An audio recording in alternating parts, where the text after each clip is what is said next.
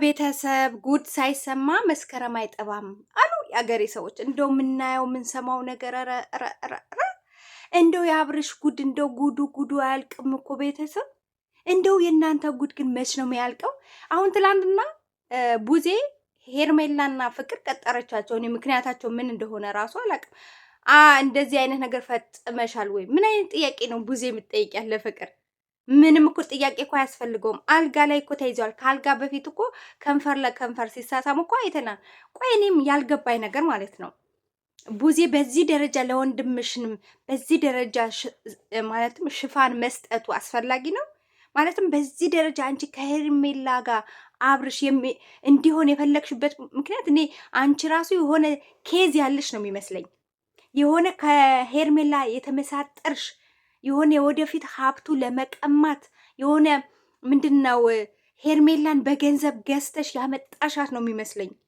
የእውነት ማለትም የሄርሜላም ህይወትም እኮ እያበላሸሹ ነው እዚህ ጋር። እንዲህ አንቺ እኮ እውነት የሴት ልጅ ተቆርቋሪ ብትሆኝ፣ የእውነት የሴት ልጅ አዛኝ ብትሆኝ፣ እውነት እንደወለደ እናት ለሴት ልጅ ብታዝኝ ኖሮ ለወንድምሽ አታዝኝም። አንቺ እኮ አሁን ፍቅር አጥፍታለች። አዎ ጥፋተኛ ናት። ግን አንቺ ስለ ወንድምሽ ጥፋት ምንም እያወራሽ አይደለም። ስለ ባዳዋ ስለ ፍቅር ነው እያወራሽ ያለሽው። በቃ ሁሌ ሩታ የሆነ ነገር ስትሆን ሩታ ላይ ነው እጅሽ የምትቀስሪው፣ ፍቅር ላይ ነው እጅሽ የምትቀስሪው ምናምን ነገር። ማለትም ወንድምሽ ነው፣ የእናትሽ ልጅ ነው፣ እናውቃለን። ቤተሰብ አሳልፎ እንደማይሰጥ እናውቃለን። ግን በዚህ ደረጃ የሴቶች እህቶቻችን ህይወት እያበላሸ በቪዲዮ እሺ አብረው አልጋ ላይ የተኙ ቀን መድኃኒት አርገውበታል ብለሻል። እሺ መድኃኒት ተደረገበት እንበል እንዳንቺ ሀሳብ ማለት ነው። ግን መድኃኒት ተደረገበት ላልሹ መጀመሪያ አልጋ ላይ ሳይተኙ በፊት ሳናየው ቪዲዮን ሳናየው በፊት እኮ ትዝ የሚልሽ ከሆነ መኪና ውስጥ ፈረንጁ ቀርጾ እኮ ለቆልናል ለኛ። ፈረንጁ እኮ ለቋል። በቃ ተሳስመው ከጨረሱ በኋላ ራሱ ከወጣች በኋላ መስኮቱ ላይ 32 ጥርሱን እየገለፈጠ ሲስቅላት ነበር እኮ። ግው እንኳን እኮ አላለም። ለምን ኮንፈረንስ አምሽኝ እኮ አላለም። አልተቆጣም እኮ ደስተኛ እኮ ነው የሆነው። ከዛ ፀጉር ቤት ገባች። ከፀጉር ቤት መልስ ደግሞ አልበቃም ብሎት በላን ጠጣን ተዝናናን አለ እኮ። ከዛ በኋላ የተፈጠረው ነገር አላውቅም። ከዛ በኋላ ሲጀመር አንተ ማለት ነው አብርሃም ሲጀምር ከፍቅር ጋር ምን መገናኘት አስፈለገ? ባጭሩ ከፍቅር ጋር አልፈልግሽም ብለህ በሄርሜላም በሩታም ፊት ነግረሃት ነበር። ከዛ ከሩታም ርቀህ ወደ ሄርሜላ ቤት ሄደግ አይተናል አይደለም? በሶፋ አንድ ላይ ቦርዶኖስ ለብሳችሁ ስትዝናኑ ምናምን ደረትህ ላይ ተኝታ፣ በንጋታው ነው እንግዲህ ስትሳሳም ቪዲዮ የተለቀቀው። ስለዚህ አንተ የማትፈልገው ሰው እኮ ስልኩን ማንሳት ራሱ እኮ የለብህም። እንኳን መገናኘት፣ እንኳን ሻይ ቡና ማለት፣ እንኳን ገቢና ውስጥ መቀመጥ፣ እንኳን አንተ ከንፈሯን ስመሃታል እኮ። በቃ መጠጥ ላይ መድኃኒት አድርገውበት ሊሆን ይችላል አለች። መጠጡ ቦታ ከመድረሳቸው በፊት መኪና ውስጥ የታየውስ ለዚህ ማብራሪያ አለሽ ቡዜ? እንደ አንቺ እኮ እንደ ሴት ልጅ ሊሰማሽ ይገባል። እነዚህ እህቶቼ ምን እየሆኑ ነው? አንቺ እኮ በቃ አላማሽ ምንድን ነው? ሄርሜላና አብርሽን አብረሽ ለማድረግ ብቻ ነው በቃ። እኔ ይሄ ነገር ከጀርባው ምን እንዳለ አላቅም። በአሁን ሰዓት የእናት ልጅም የሚታመንበት ጊዜ አይደለም። ቤተሰብ ምንሰማው የምናየው ነገር ነው። በጣም ከባድ ጊዜ ነው ቤተሰብ ያለ ነው። እና እኔ ቡዜ በጣም ነው የምታስፈሪኝ ከምር። በአብርሃም ህይወት ላይ በጣም ታስፈሪኛለሽ አንቺ ማለት ነው። እና እዛ ጋር ኤፍሬም ከሩታ ካልሆነች ብሎ ግግም፣ አንቺ ደግሞ ቡዜ ከሄርሜላ ምንድን ነው ቤተሰብ? እኔ ምን እየሆናችሁ ነው? አንቺ ወንድምሽን ስርዓት አታስይዥም? ሽማግሌ ያለ የሀገር ሽማግሌ ሃይማኖት ሽማግሌ መምከር አትችሉም? ይሄ እኮ የእናንተ እኮ ውርደት እኮ ነው። ቤተሰብሽ እኮ ነው የተዋረሽው። ቤተሰብሽ እኮ ነው፣ ወንድምሽ እኮ ነው አደባባይ ላይ ከሴት ልጅ ሲሳሳም ቪዲዮ ተቀረጸ። ከቪዲዮ በኋላ ደግሞ አርቤጎ ይዞ አንድ መኝታ ቤት ተያዘ።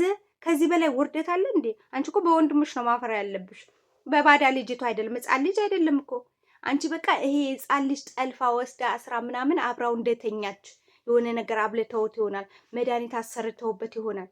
አዎ የእናት ልጅ እንደዚህ ነው የምትለው። ለቤተሰብ ሽፋን ነው የምትሰጠው፣ ለወንድሟ ሽፋን ነው የምትሰጠው። ግን በዚህ ደረጃ አይደለም። አንቺም ሴት ልጅ ነሽ፣ ልጅ ወልደሻል፣ ሴት ልጅ ሊኖርሽ ይችላል። አይዶን ነው ግን የሴት ልጅ ነሽ፣ እናም ሴት ነሽ። ገብቶሻል? በዚህ አጋጣሚ ደግሞ ሄርሜላ ማለት ነው እኔ በአሁኑ ሰዓት በጣም ቀለሽብኛል። በጣም ትንሽ ሴት ነው ያደረኩሽ። እኔ መጀመሪያ በጣም ነበር ማከብርሽ፣ ኮንፊደንስሽ፣ የፍቅር አሰጣጥሽ፣ ስርዓትሽ ምናምን በጣም ተመችተሽኝ ነበረ። ግን አሁን የሆነ አብርሃም ሳይሆን መድኃኒት የበላው እኔ አንቺ ነሽ። እንደውም ከቡዜ ራቂ ነው ምልሽ።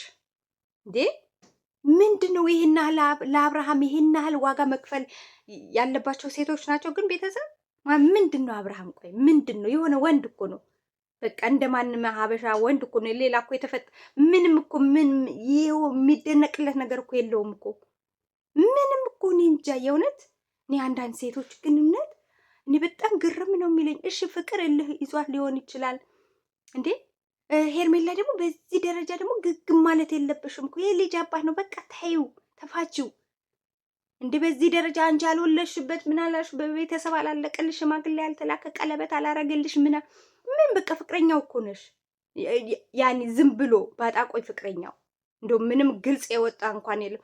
ሩታ እንደዛ ብትንገበገብ እኔ ምንም አይመስለኝም። ምክንያቱም የልጇ አባት ስለሆነ ብዙ ነገር ያሳለፉ ልጆች ስለሆኑ ሲመጡም በቃ በምንም ይሄ በሆነ ነገር ሆነው ነው እዚህ የደረሱት። አንቺ እኮ ብዙ ዋጋ ከከፈሉ በኋላ ነው የመጣሽውና እሷ ሩታ እንደዚህ ብትንገበገብ በቃ የልጅነት ፍቅረኛዋ ነው ምናምን ብዙ ችግር ብዙ ደስታ አብረው አሳልፈዋል፣ ልጅ ወልደዋል ይባላል። አንቺ ግን ትተሹ ብትሄጂ የምትጎጂ ሴት አይደለሽም።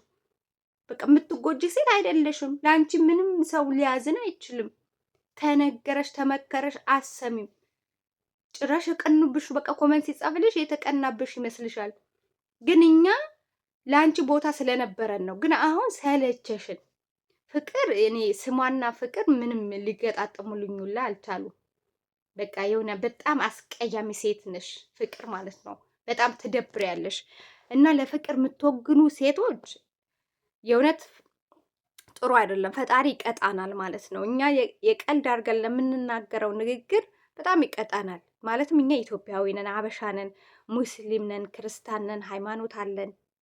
እና ሴት ልጅ ከወንድ ልጅ ስትማግጥ በየጎዳናው በየሆቴሉ ቪዲዮ እየቀረጸች መፖሰት ጀግንነት ነው አይደለም። ስርዓት አልበኝነት ቤተሰብ እኔ የሆነት የጎዳና ልጆች ራሱ ቤተሰብ የላቸውም አይደለም ይሉኝታ አላቸው። እቺ ግን ቤተሰብ እንደሌላት እኔ እንጃ። እኔ በጣም እኔ ይሄን ቪዲዮ ሰርቼ ለምፖስተው ቤተሰቦቼ ያዩት ይሆን? ማን ያየኝ ይሆን? የእውነት በጣም እሳቀቃለሁ። ጓደኞቼ ያዩት ይሆን? አብሮ አደጎቼ ያዩት ይሆን?